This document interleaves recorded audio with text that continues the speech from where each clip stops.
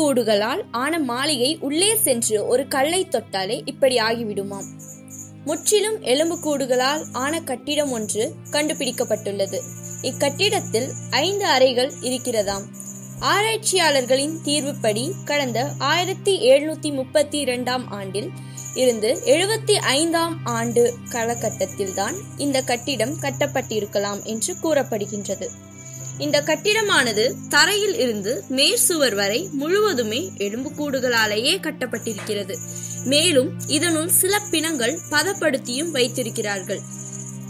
கட்டிடத்தின் அறைகள் முழுவதும் பிணங்களின் எலும்புக்கூடுகளால் அலங்கரிக்கப்பட்டிருக்கிறது. இந்த கட்டிடத்தினுள் பல்வேறு சுற்றுலா பயணிகள் உள்ளே சென்று பார்வையிட்டு வருகிறார்கள். ஆனால் அதன் உள்ளே புகைப்படம் எடுக்க அனுமதி இல்லையாம். செயின்ட் லூயிஸ் என்று அழைக்கப்படும் இந்த கல்லறையானது ஊடு மகாராணியான மேரி லாவ்யூவினுடையது.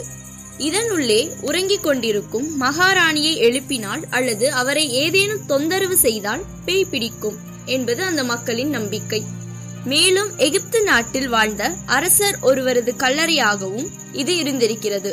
ஒருமுறை ஆராய்ச்சியாளர்கள் இந்த இடத்தை ஆய்வு செய்வதற்காக கல்லறையில் இருந்து ஒரு கல்லை நகர்த்தியிருக்கிறார்கள். ஆனால் நகர்த்திய சிறிது நேரத்திலேயே பரிதாபமாக அவர்களது உயிர் பிரிந்துவிட்டதாம். அதனால் அங்குள்ள மக்கள் அப்பகுதியையே சற்று அச்சத்துடன் தான் கடக்கிறார்கள். இந்த நிலையில் சமீபத்தில் பத்திரிகையாளர் ஒருவர் அக்கட்டிடத்தின் உள்ளே சென்று புகைப்படம் எடுத்து வந்த பயங்கரமாய் பேசப்பட்டது.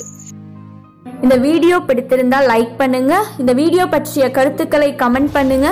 உங்க ஃப்ரெண்ட்ஸ் பார்க்க ஷேர் பண்ணுங்க. மேலும் இது போன்ற தகவல்களுக்கு தமிழ் ட்ரெண்ட்ஸ் சேனலை சப்ஸ்கிரைப் பண்ணுங்க.